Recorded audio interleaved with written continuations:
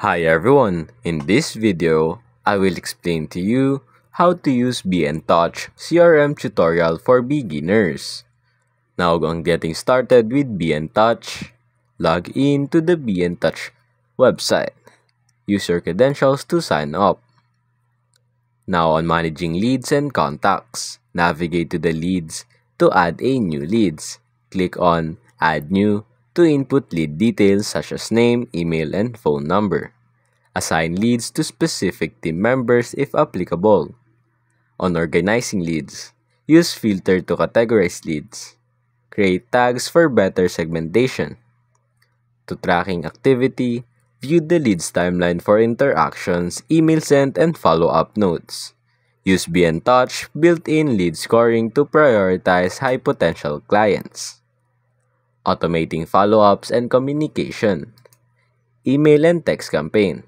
Navigate to marketing, email, and text campaign.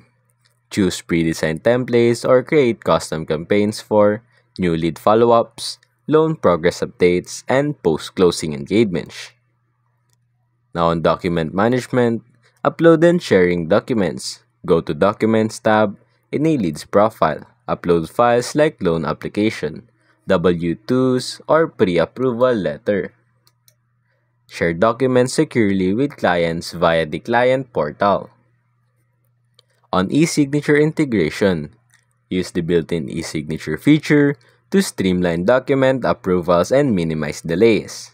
On customizing your workflow, for task management, assign tasks to yourself or team members with due dates and reminders.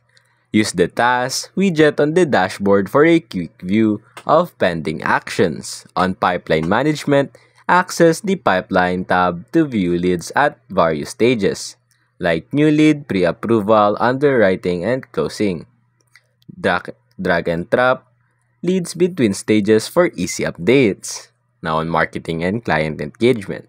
On client portal, set up client portals where customers can track their loan status and upload required documents. On landing pages, create customizable landing pages to capture leads from online ads or social media campaigns. On social media marketing, share pre-made BNTouch templates directly to your social media platforms. Lastly, the reporting and analytics.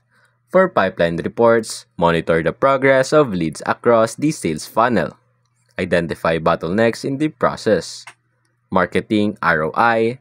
Analyze the effectiveness of campaigns and lead sources. Performance metrics.